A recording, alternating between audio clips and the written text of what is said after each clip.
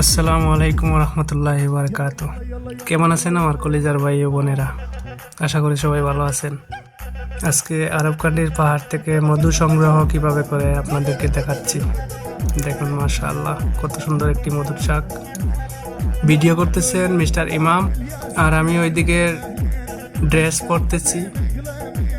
আর dress পরতে আমাকে help করতেছে মিস্টার অভিজিৎ। আসলে গরমটা অনেক বেশি, প্রায় 40 ডিগ্রি চলতেছে বর্তমানে। আমারও প্রায় ড্রেস পরা শেষ। আমি এদিকে মধু কাটতেছি আর ইমাম ভিডিও করতেছে। আর ওইদিকে অভিজিৎ মধু খাওয়ার জন্য নাচানাচি করতেছে। মাশাআল্লাহ, আলহামদুলিল্লাহ, অবশেষে এই মধুর চাক যাও পাইছি, আলহামদুলিল্লাহ, নসিবে যা ছিল তা আর কি।